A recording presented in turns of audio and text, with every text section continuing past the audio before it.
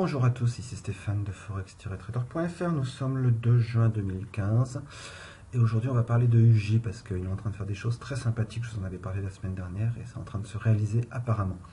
Avant de démarrer, je vous rappelle que les investissements sur le forex sont des investissements risqués, que vous ne devez y investir que de l'argent que vous pouvez vous permettre de perdre, que tout ce que je vais dire ne reflète que mes vues sur le marché, que ce n'est pas un conseil pour y investir et qu'en particulier je décline toute responsabilité en cas de perte financière liée à l'utilisation de la présente vidéo. On revient à UJ, on est sur le graphe mensuel. Je vous avais dit qu'il y avait un précédent plus haut mensuel ici à surveiller. Vous voyez qu'apparemment on est en train de le casser, peut-être même de le retester. Il est vers 124.1, 124 et actuellement on trade à 124.7. On va voir un autre graphe mensuel avec un autre retracement de Fibonacci qui nous donne, mais ça m'étonnerait qu'on redescende jusque là parce que ça ferait 300 pips, un support à 121,6. Tant qu'on est au-dessus de ça, il faut rester plutôt acheteur, mais ça fait quand même 300 pips. Sur la semaine, on voit très nettement que la semaine dernière nous a permis de casser un plus haut hebdomadaire, et là pour l'instant, on démarre la semaine en continuant à monter. Sur le jour, hier, donc on a eu une très fort chandelier aussi. Alors attention quand même, parce qu'on commence à monter beaucoup, il y aura sûrement à un moment un petit retracement. On va voir H4 maintenant, puisque c'est là-dessus que tout se joue.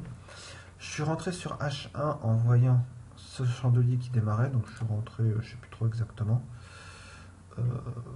quelque part assez haut finalement. J'ai presque attendu la fin puisque je suis rentré ici.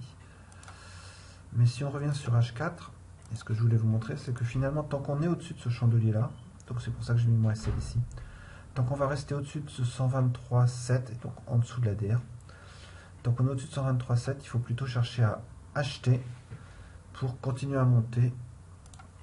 Donc on va essayer de passer 125, ce qui peut être un peu difficile, puis ensuite remonter à retester ces niveaux-là qui sont à 131,5 et puis à 135.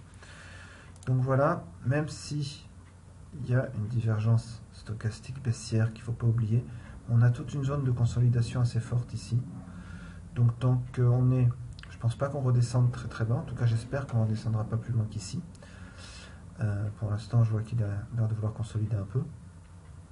Mais donc l'idée toujours est là, tant qu'on est au-dessus de cette zone ou au-dessus de cette zone, même tant qu'on est au-dessus de 123,5, il faut chercher à acheter pour repartir vers le haut, puisqu'on vient de casser, on est en train de casser ce point-là.